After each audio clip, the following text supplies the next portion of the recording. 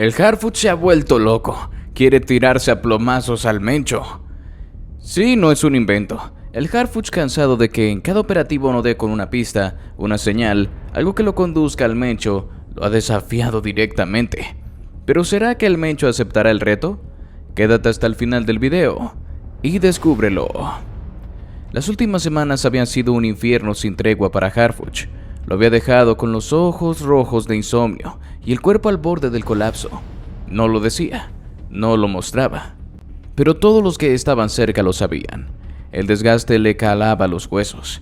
Desde que comenzaron los operativos intensivos contra el CJNG, el tiempo parecía haberse detenido en una rutina de horror.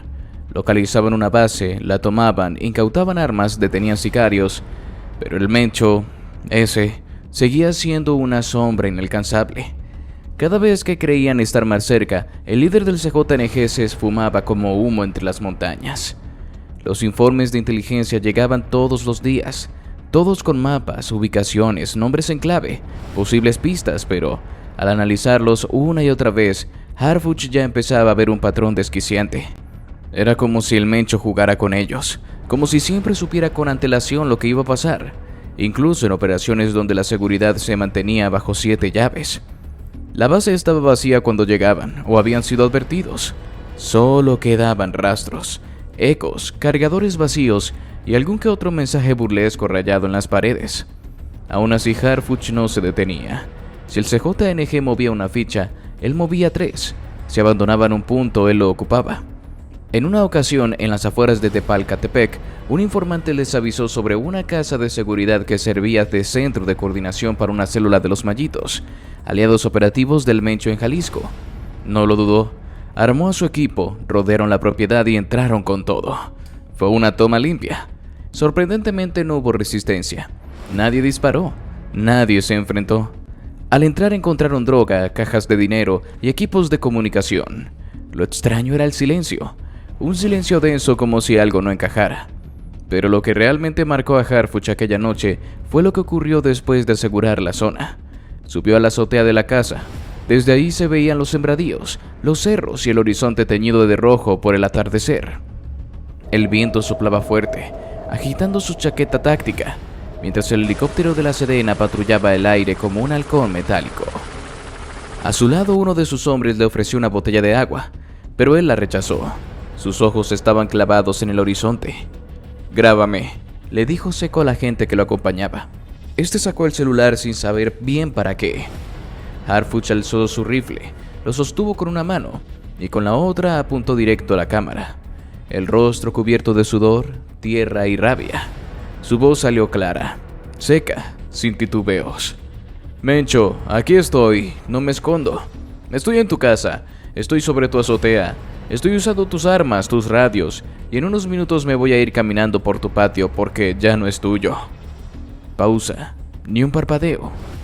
«Si eres tan hombre como dicen, si de verdad tienes los huevos que dicen tener los tuyos, salí, 1 contra 1, tú y yo, nada más. Una bala, un solo disparo, uno cae y se acaba esta guerra. Yo no tengo miedo, nunca lo he tenido. ¿Y tú?» ¿Será que el Mencho aceptará el reto? ¿Harfuch hizo lo correcto? El video no tardó en volverse viral. A las pocas horas de haber sido grabado en la azotea de aquella casa que una vez fue dominio de los Mallitos, ya estaba en todos los rincones del país. Fue uno de los miembros del equipo táctico de Harfuch quien lo subió. No estaba claro si por orden del propio jefe o simplemente por impulso, pero el contenido era tan crudo, tan inesperado, tan fuera de lo habitual, que explotó como pólvora en redes sociales, noticieros y cadenas internacionales. En el video se veía a Harfuch sudoroso, con la mirada desencajada, las botas aún llenas de polvo y la metralleta colgando de su hombro. Detrás de él el humo aún se levantaba desde una de las torres laterales de la finca tomada. Se podía escuchar a lo lejos el ulular de las ambulancias y el zumbido de drones sobrevolando la zona.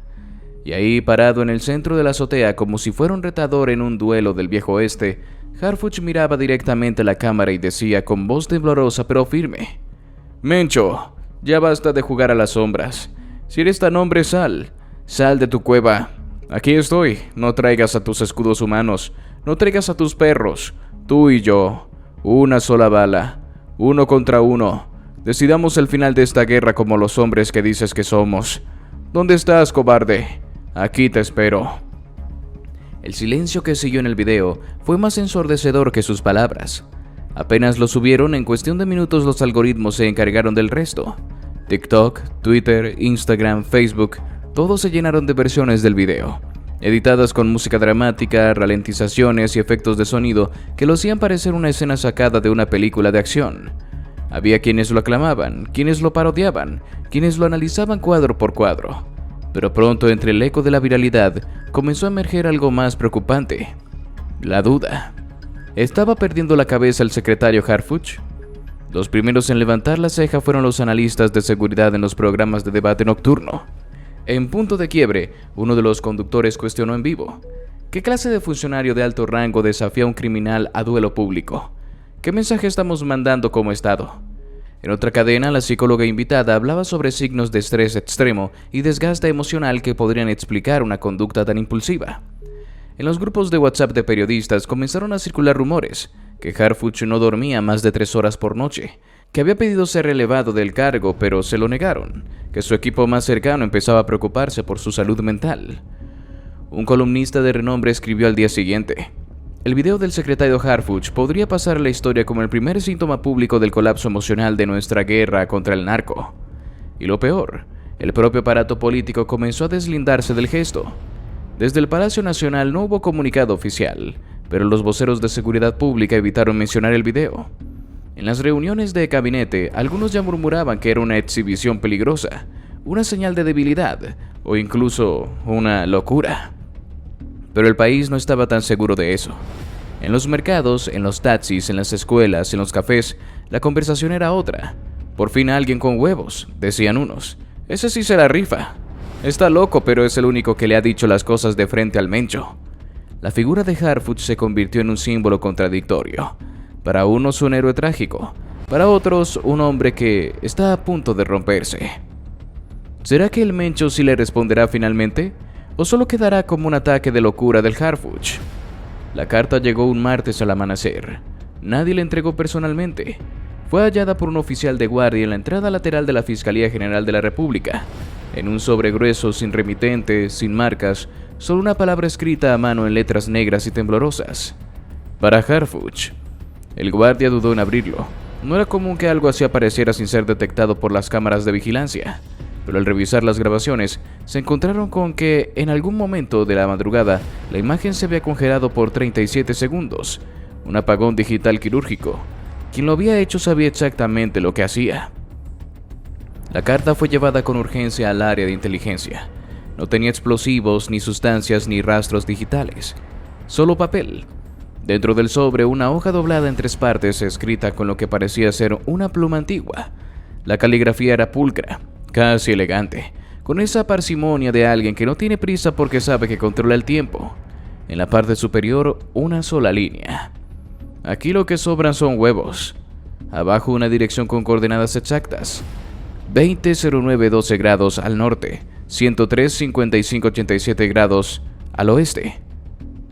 Era un sitio entre Sayula y Tapalpa, en la sierra de Jalisco, en medio de la nada, y al final de la carta solo una frase más, subrayada con tinta más oscura: te espero aquí en 2 días.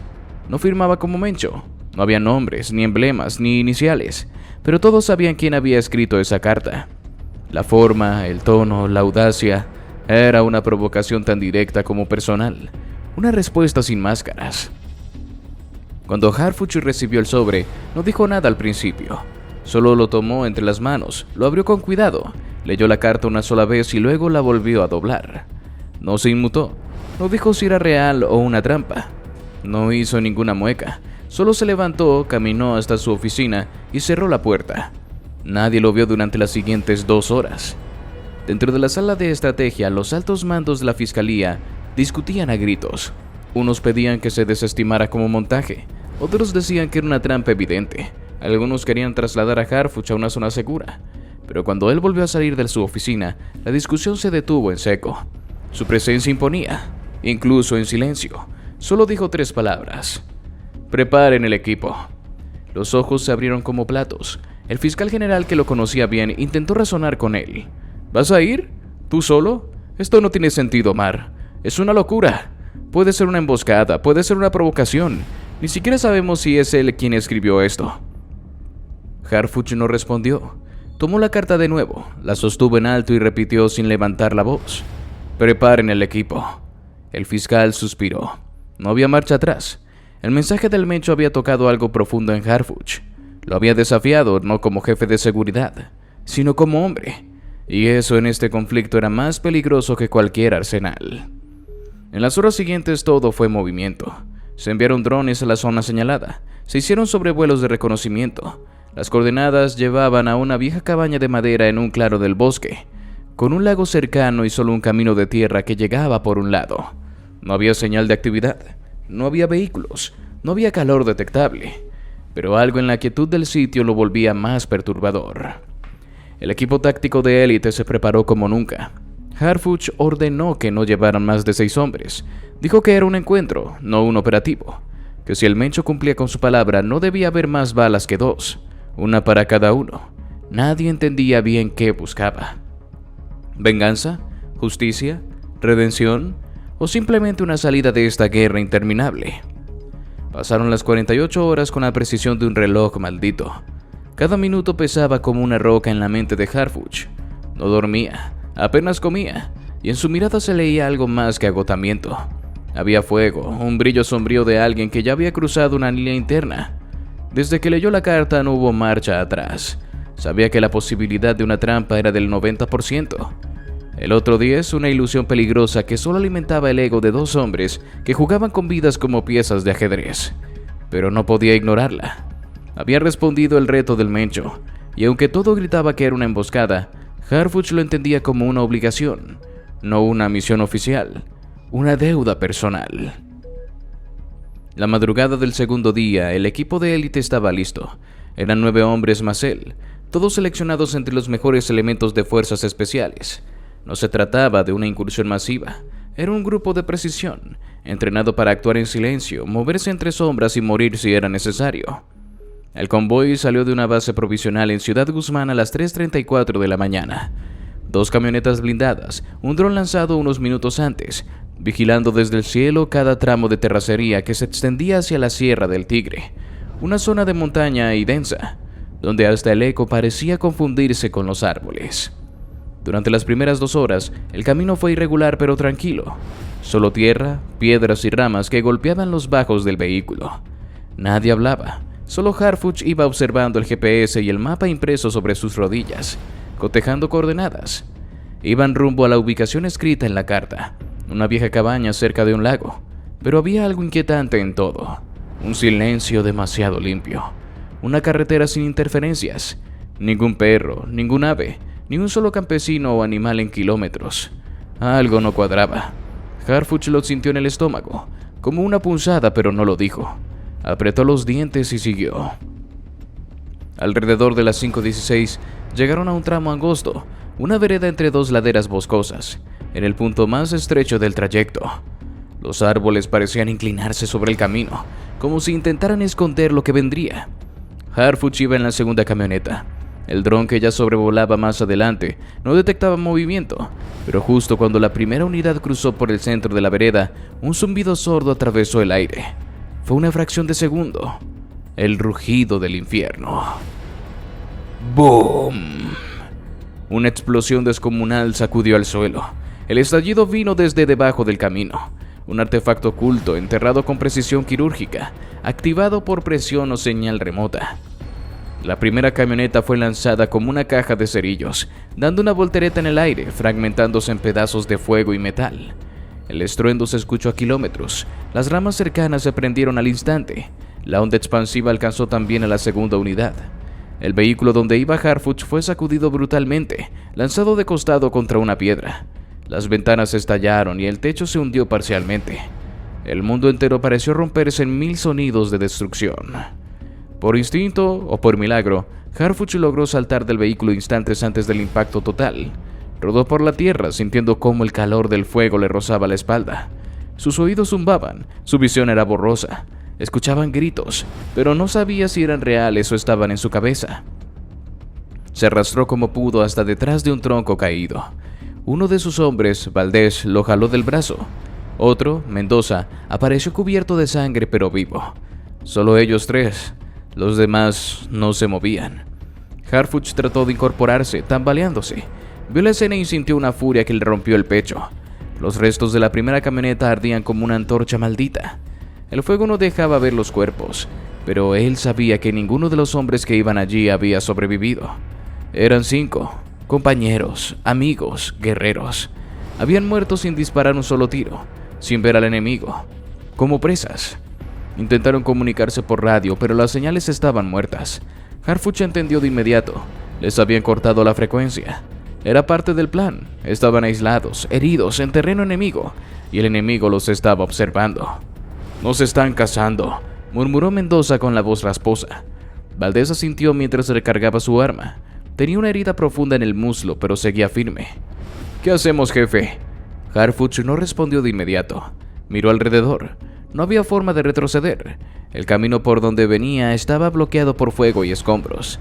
La única opción era avanzar hacia la cabaña, hacia el infierno, porque eso era lo que querían, llevarlos hacia una trampa mayor. Pero quedarse allí significaba morir lentamente, sin señal, sin refuerzos. Él lo sabía, y si tenía que caer lo haría en movimiento. «Seguimos, en silencio. Vamos por ese cabrón». El avance fue tenso, casi irreal. Cada paso sobre hojas secas era como un eco en el pecho.